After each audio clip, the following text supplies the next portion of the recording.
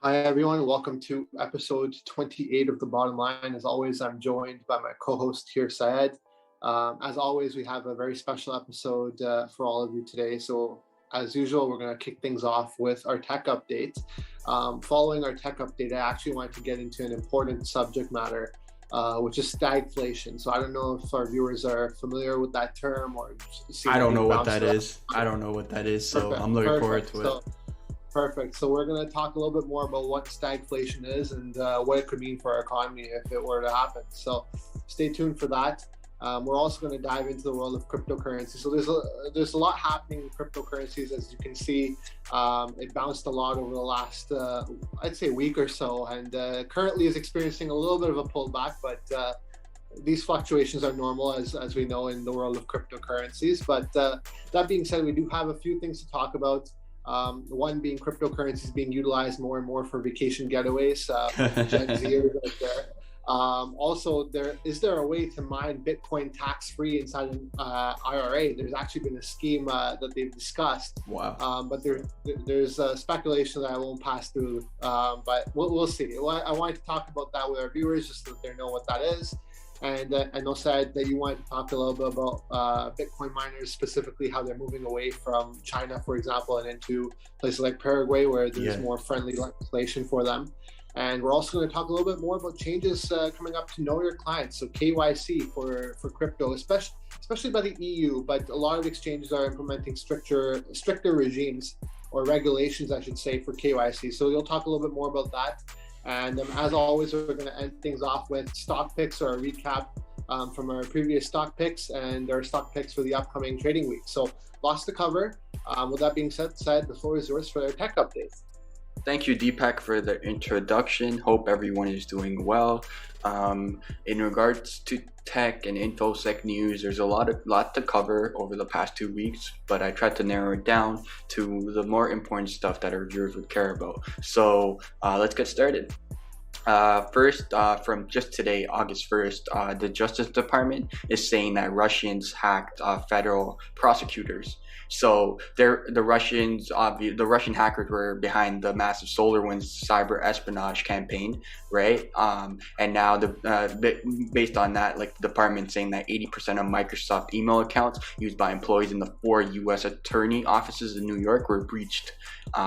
So yeah, I'll put the article in the description if you want to read more, but it just goes on this to inform everybody what exactly got hacked and where the hack happened. So Los Angeles, there were several offices that were impacted too, such as in Los Angeles, Miami, Washington, and the Eastern District of Virginia. So yeah, feel free to read that. It'll be in the description below.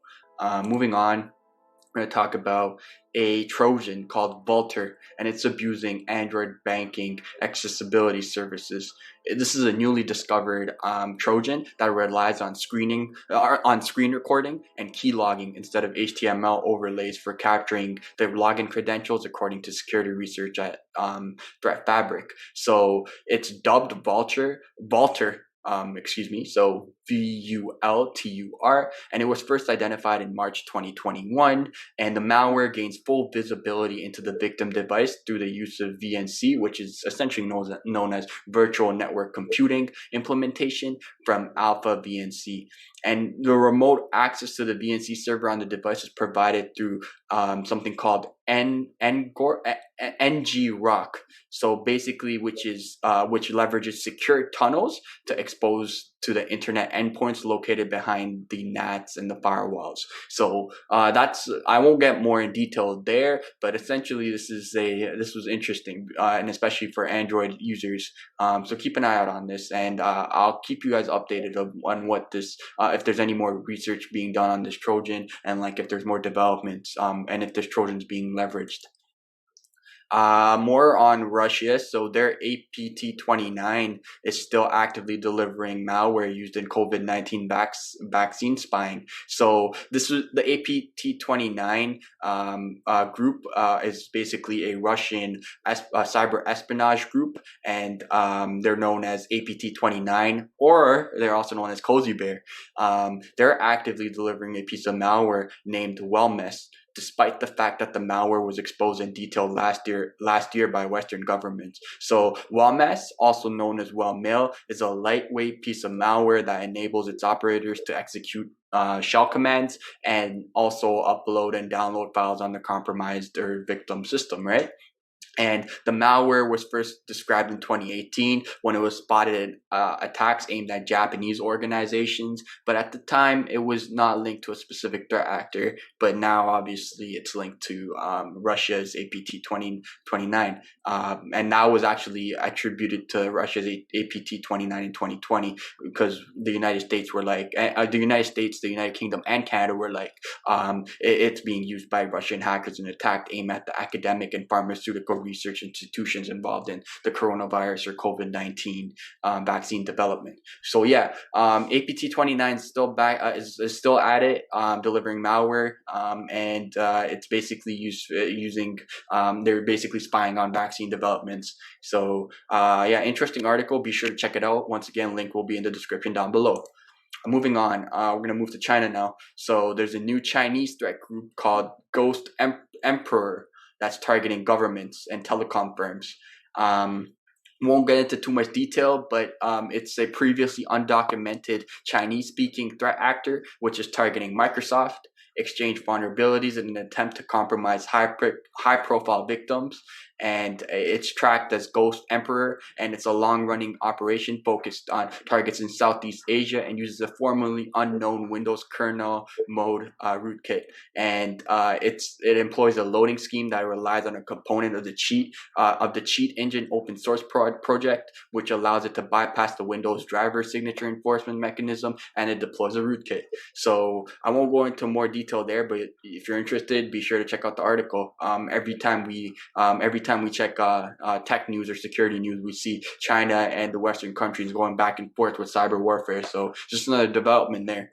I still have more to cover here. So with the help of Google, impersonated brave.com websites are pushing malwares. So I found this interesting because scammers have been caught using a clever sleight of hand to impersonate the website for Brave browser and using it in Google Ads to push malware and take controls of browsers and steal sensitive data. So what they're doing is that the attack is working by registering the domain XN and then 2 dashes and then BRAV-YVA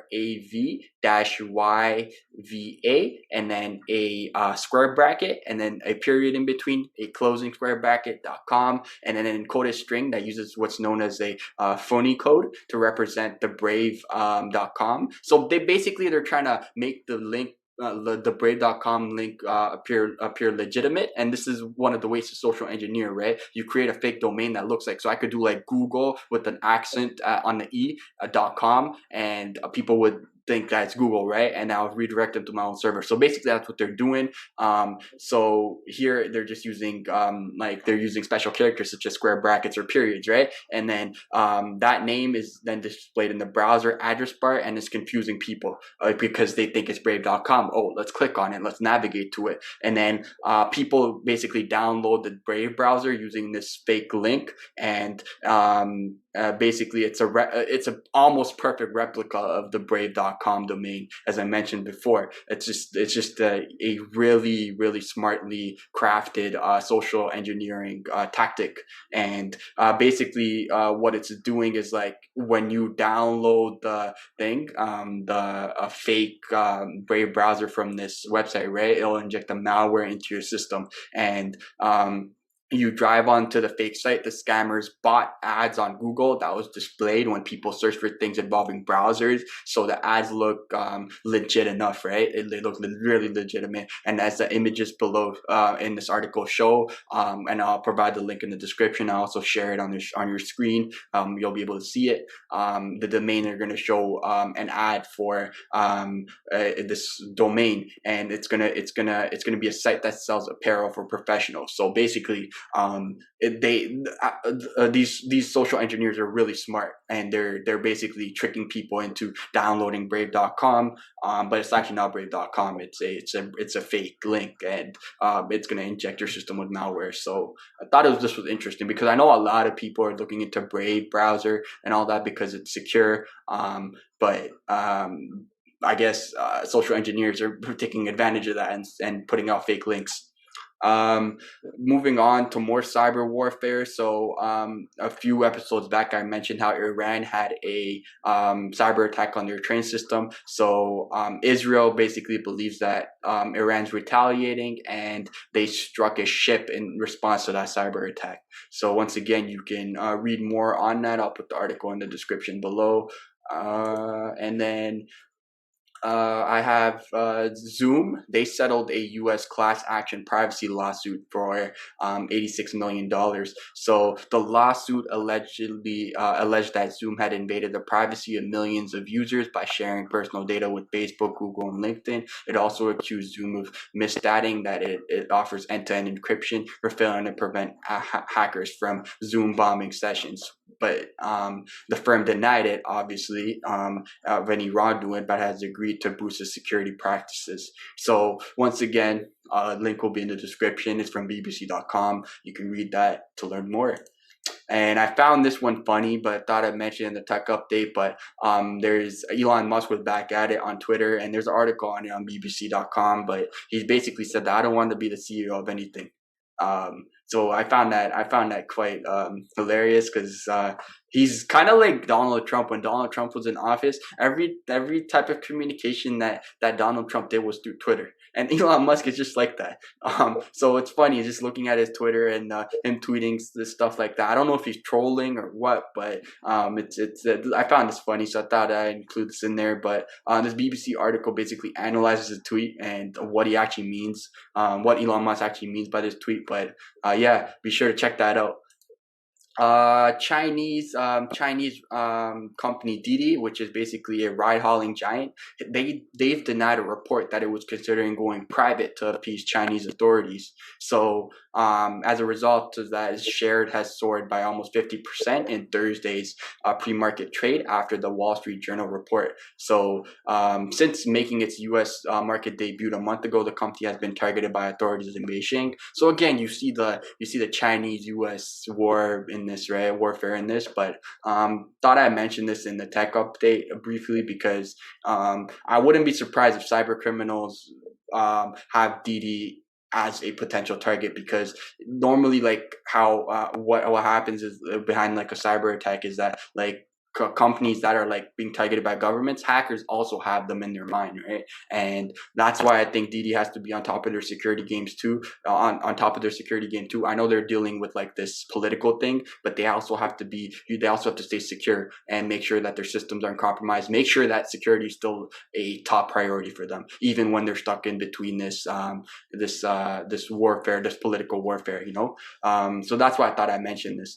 And then there's another anti 5G campaign going on that I'll post the article about. But essentially, there's a group that has raised more than 160,000 pounds, and it said it will continue to battle to try to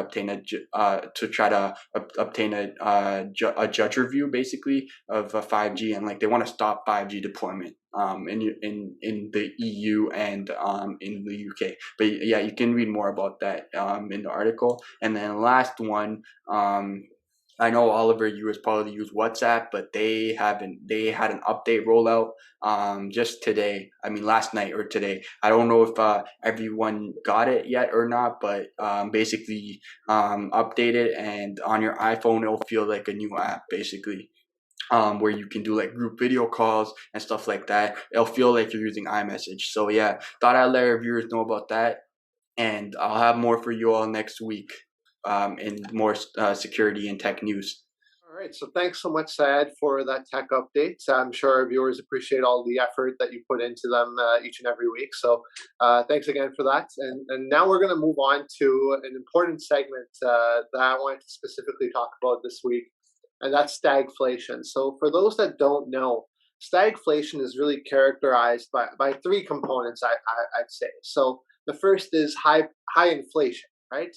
Um, High inflation is something that's really been a concern in our economy for the last little while, and we've seen in CPI reports over the last few months, especially, that they're up significantly year over year, right? And really, I think it's safe to say that we can characterize this period as a period of high inflation, and whether or not you believe it's transitory or not, I guess that's subjective. But again, like, the inflation element is there, right? The other thing is stagnating growth, right? So before we actually were in a period where every company was announcing blowout earnings and everyone was very euphoric, everyone was optimistic.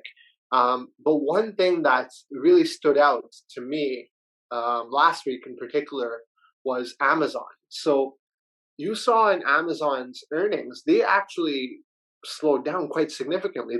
They far underperformed what investors expected they do, and as a result, their stock was down about 7.5%. And really, for a giant like Amazon to lose 7.5% of its market cap, that's something scary to me, right? And that's something that really should strike you as an investor and say, okay, wow, is there something fundamentally changing in the market? And to me, I don't want to jump the gun here, but it does suggest that there might be a broad slowdown in earnings for a lot of the major companies, right? And we are well into earnings season right now. Again, these earnings are for the previous quarter, so obviously some companies will have a great quarter, others might show signs of more stagnant growth like Amazon did, right? So I think it will take time for it to trickle into earnings reports, maybe next quarter, maybe the quarter after that. But I do think that the general trend is that there is a slowdown in at least the rate of growth for a lot of these large corporations. And then the other element here is a higher rate of unemployment. So for the last little while, you've kind of seen the monthly job reports come out. Sometimes they're very good, sometimes they're very bad.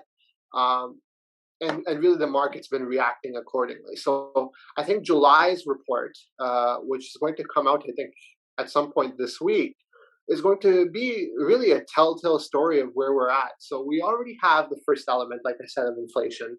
We already have stagnating growth. And now if you couple that with a higher rate of unemployment that we can see trending into the fall, especially as this whole Delta variant starts to manifest, and we got to see if there's another lockdown. There's been some speculation about that coming in the States due to the vaccination slowing down as well, whether or not they're going to have to lock people down. I know they've already implemented the indoor mask policies again in a lot of states. So really, these are three key pillars of stagflation. And you've already seen 2 out of the 3, I'd say, and you might see all 3 coming up soon. And if that's the case, then I think it's fairly straightforward to say, okay, we might actually be facing a period of stagflation.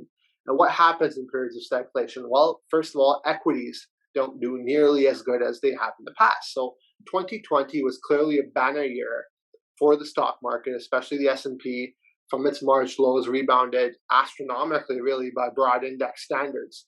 And now if you enter this period of stagflation, you're actually going to see below the typical average return for the S&P, which I believe is at 7% a year. I think really we're headed towards now is, if this trend continues, we're going to have many years of I'd say at least 3 to 4 years of really almost no growth, right? And that's going to hurt the economy quite significantly, especially as coronavirus continues to be in and around us, right?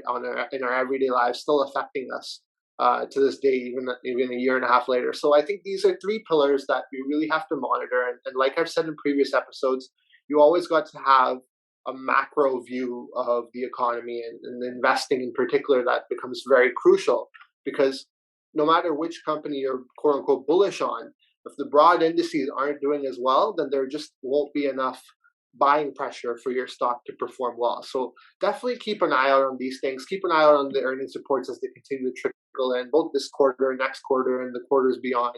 And also keep an eye out on the rate of inflation, because rate of unemployment, I should say, because inflation, I personally think, is here to stay. It's the other 2 elements that we have to continue to monitor to see whether we're truly in a period of stagflation, or really is just a blip in the radar, and it's onward and upward. So I just wanted to give our viewers a little bit more of an understanding of what this term is, because I've seen it being used by a lot of economists on Wall Street. And I felt it's my responsibility to share a little bit more of that insight with you all. All right, so moving on to the world of cryptocurrency side, I know you have a lot to talk about there as well, so I'm not going to take as much of the time here, but I wanted to share a couple of articles on CNBC. So the first one is cryptocurrency is taking off as a way to pay for those vacation getaways. So more travel suppliers are actually starting to accept Bitcoin, Dogecoin, and other cryptocurrencies, and Gen Z and other and younger Gen Alpha travelers will drive crypto acceptance going forward, as industry players are seemingly suggesting. And actually, this website called Travala.com accepts 50 cryptocurrencies and has structured its new home sharing network on a blockchain-like decentralized platform. So it's really interesting, because this article really talks about different websites that are accepting it, and another one is airfare website cheapair.com, which is a Latvian carrier, Air Baltic, and Richard Branson's Virgin Galactic, which have long accepted Bitcoin. And then Berlin-based tours and activity booking site Get Your Guide has started taking Dogecoin processed via BitPay in June as part of its expansion into the US. And really, a lot of the CEOs here's a quote from one of the CEOs. So cryptocurrency transactions will really matter for travel, and his firm is looking at accepting other coins going forward, said Johannes Reck, CEO and co-founder of Get Your Guide. People want to put their crypto back into the system, and travel is one of the biggest categories there is. We take Dogecoin now into the real world. You can apply it and actually get a real world kinetic experience. Right? And one of the criticisms in the past was actually not being able to use cryptocurrencies for something tangible, right? And that whole thing changed when Tesla, for example, started accepting Bitcoin. That drove the price up so much higher. Now you're seeing the tourism players come in and say, okay, we'll accept these cryptocurrencies as payment. Now you have these Gen Zers or the Gen Alphas that are holding their Dogecoin, saying, okay, let me use this to buy a plane ticket or to pay for a hotel, right? So I think what they're doing now is, especially these hospitality industries where they're looking to get back on their feet, they're trying to accept cryptocurrency as a way of entering a new market, right? It's really a new demographic, because the Gen Zs and the Gen Alphas weren't really historically booking hotels pre-COVID, right? Especially the Gen Alphas, they're just getting around that age where they start traveling. So it's really targeting that new market or that new segment. And again, like the more commercialized these cryptocurrencies get, ultimately that's good for their price action as well, right? So Travala.com is another one I just mentioned. I think they were actually looking at Expedia as well, which initially did accept Bitcoin, but I think it had stopped in 2018. But then other travel websites opened up and said, hey, we'll take it on. So I would look to Expedia to potentially start accepting it as well. And given how big Expedia is in that online booking space, that could be a seemingly large announcement that could come, which would, again, affect price action quite substantially. For sure, yeah, and you mentioned those, and there's also I think 2 months ago in May, or I think it was July or June or May, I also saw an article, and I posted about it on our social media about real estate in New York, a real estate company accepting crypto. I believe it was Ethereum, Bitcoin, and also Dogecoin. And then there's also a restaurant in the UK that accepts Bitcoin payment, Ripple payment, Ethereum payment, and I believe Doge is on the list too. So as you can see, right, like they're these companies are trying to get crypto as an acceptable payment method, and you see that with countries too, right? Those countries that are making Bitcoin and other cryptos are legal tender, right? The countries in Africa, Paraguay, all those countries. So just goes to show where we're headed. Yeah, it's just again, retail is looking to adopt it more and more, and the institutions are stepping in, and corporations are helping to facilitate that. So again, it's an exciting time to be a crypto investor, I'd say, despite this pullback. But it's good to see it getting mainstream adoption. That's for sure.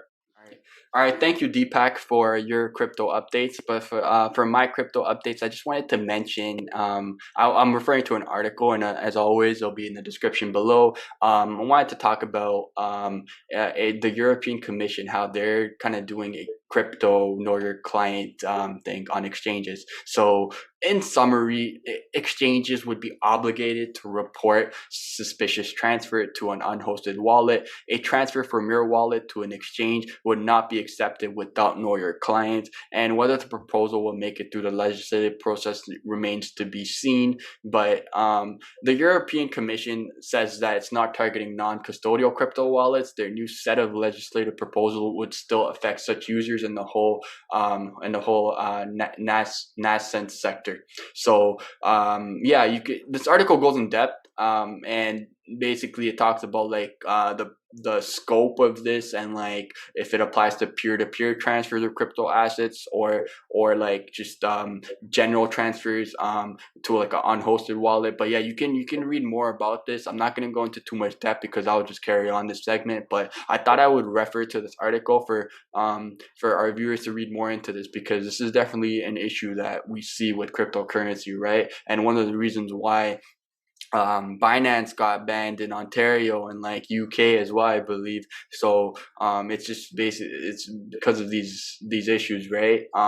And know your client is something that like these governments and authorities try to push even on crypto exchanges. So yeah, I thought I'd mention this, but yeah, and I also sorry, go ahead, Deepak. You got something? Yeah, no, I just before you go ahead, I just wanted to mention like that's the whole thing behind cryptocurrencies as well, right? Like they don't want it to be decentralized so that you really don't know the identity of who's transferring what currency where, right? So I mean, it's interesting because there is more regulation, even though the whole point of cryptocurrency is to have a deregulated sort of exchange, right? And then it's also interesting to see the impact sort of have on certain privacy coins, like a Monero, for example, right? Yeah. So it's just like we're still in the early stages. As much as everyone thinks like they've missed the run up or whatever, like they're behind the eight ball. Like really, like we're really at the very start of this. So we still don't know how it's going to be handled, right? And I know the government's working on their own stable coins, for example. They're cracking down on Tether. There's just so many different things that are in motion right now. This is just one of them. So again, sorry to interrupt you, Syed. No, it's all good. No thoughts there. No worries. Yeah, those are great points you mentioned. And once again, like you said, this is completely new. And for those of you that are looking to get into crypto and think it's too late, just like Deepak mentioned, it's not too late. It's just the beginning. We have a future ahead. We don't know what's going to happen, how the governments are going to crack down on this. But crypto is the future, and we'll see how governments handle these. And know your client is going to be a big part of it.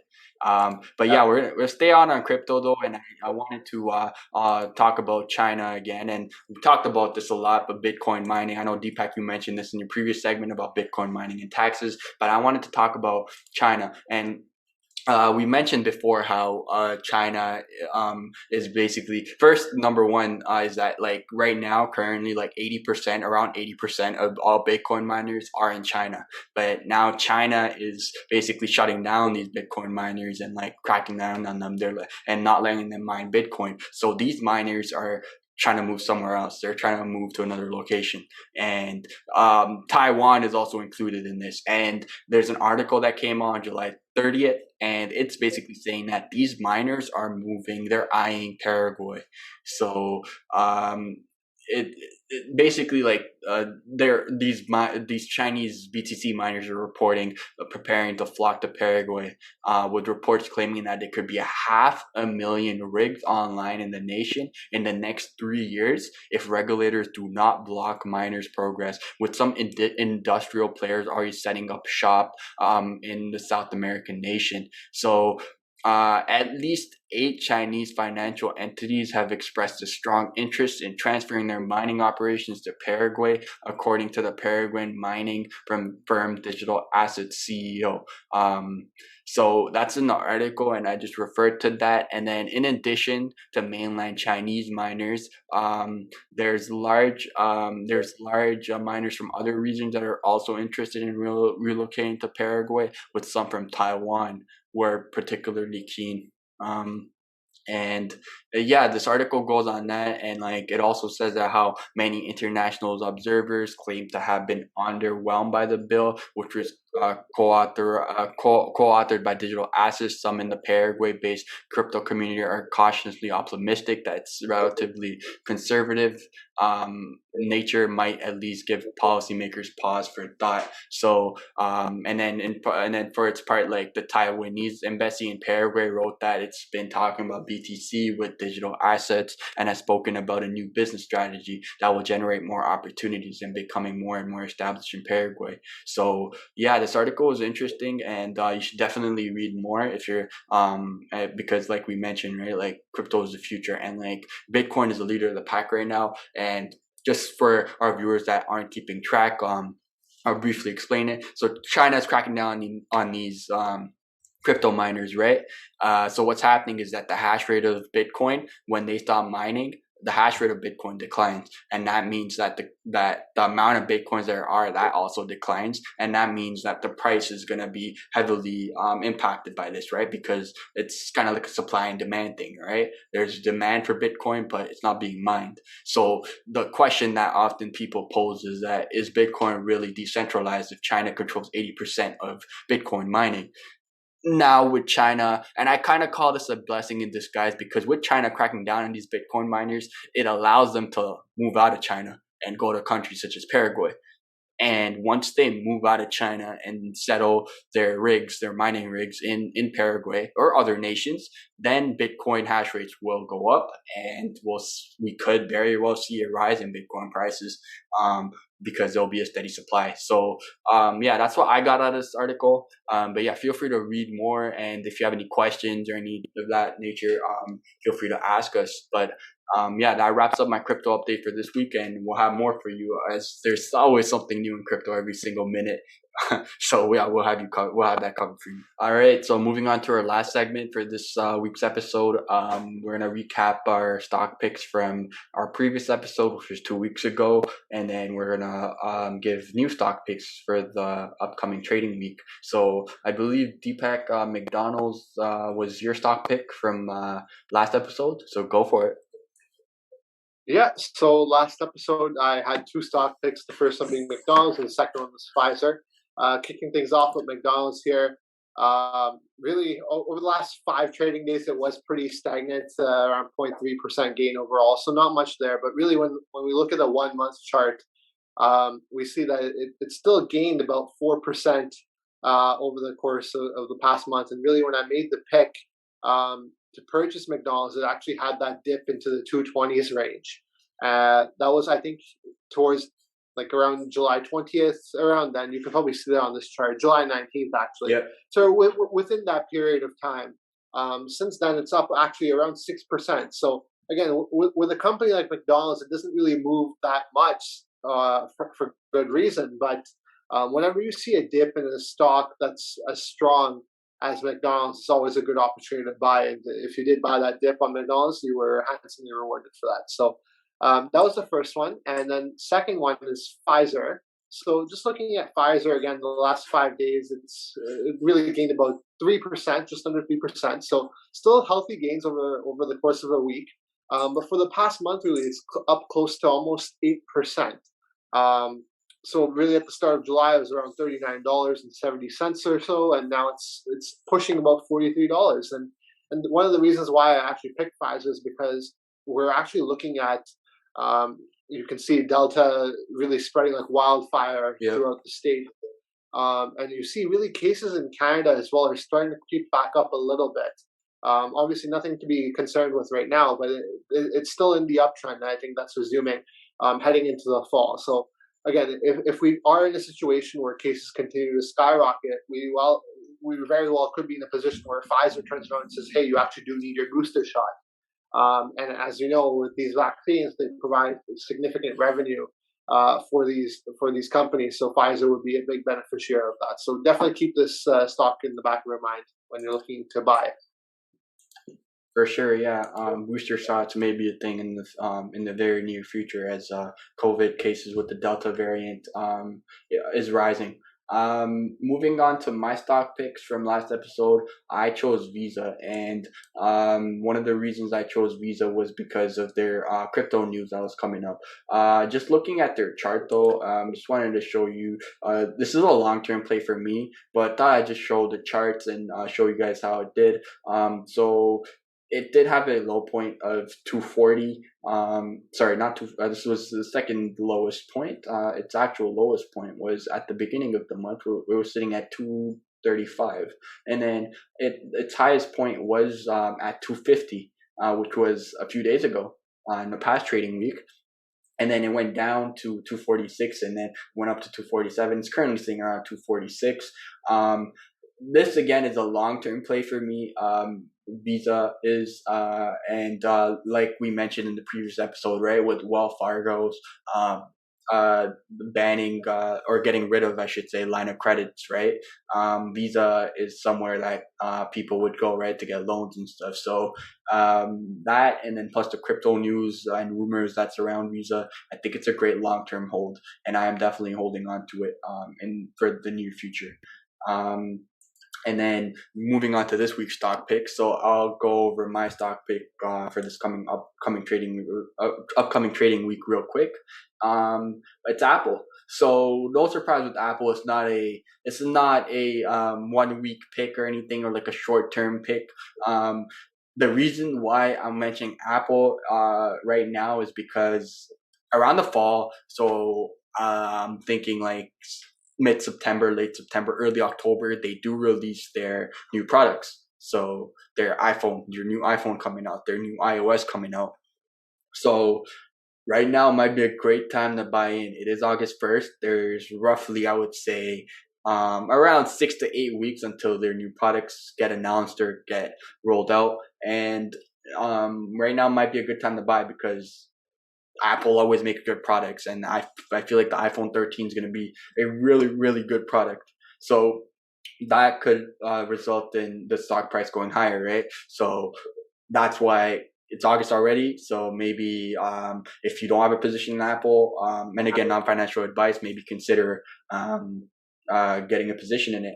And as we know, it's Apple, right? It's a great long-term thing. And in the future, who knows, they might step into the EV industry as well. So yeah, with those catalysts in mind, Apple should definitely be on your watch list, not only for this week, but for the foreseeable future ahead.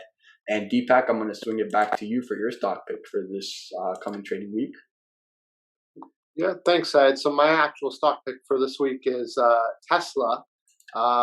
There's really two factors for this. So Tesla's top line, actually, revenue for the quarter landed at $12 billion, which came in ahead of the $11.4 billion that was expected. EPS of $1.45 per share also beats Wall Street's 94 cents a share call. And as for automotive gross margins, Tesla posted a strong 25.8%. Comparing to analysts' expectations of 23.1%. So really, the fundamentals are there, and also the fact that really over the last 6 months, Tesla's been down about 21%, which is quite significant for any company that's really listed on the S&P 500. So again, keep your eye out on this one. EVs probably are going to get hot again at some point, being led obviously by Tesla. And really, I think one of the other things that really goes unnoticed is I feel like crypto and Tesla have this weird correlation, possibly because Tesla holds Bitcoin on its balance sheet and that drives a lot of the profits. But it seems like last year the joke was if you just bought Tesla and Bitcoin, you would have made a lot of money, right? So yeah. I feel like there is some correlation there, I think, in my opinion. So again, if you're expecting a bounce in crypto, maybe you look at Tesla as well, right? So again, not financial advice, pure speculation. But again, Tesla is something that I'm keeping on my watch list for sure. And August has historically been a pretty good month for it as well. If you look over the last 9 years, I think the last 9 years, like 6 or 7 of them have been positive for Tesla. So the historical trend is there.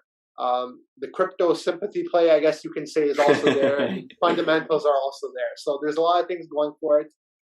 Keep an eye out on it and have it on your radar. And sure. Elon Musk is also there too. So yeah. There you go. Yeah. So again, depending on who you are, this could be a swing trade or a long-term hold, but there are a lot of factors at play here, so keep those in mind. All right, so that wraps up a weekly episode 27 of the bottom line. 28, excuse 28. me. Yeah, I lost track of episodes there. We have reached 28 episodes now, and all thanks to you guys, because you guys are showing us all the love and support on our social medias, on YouTube, and obviously when you stream our podcast. Please don't forget to like and subscribe if you're watching here on YouTube, and be sure to keep following us on our social media for the latest updates. I myself, Syed, and my co-host Deepak would like to thank you once again for tuning in, and we'll see you guys next week. Have a great weekend, everyone. Thanks, everyone. Take care.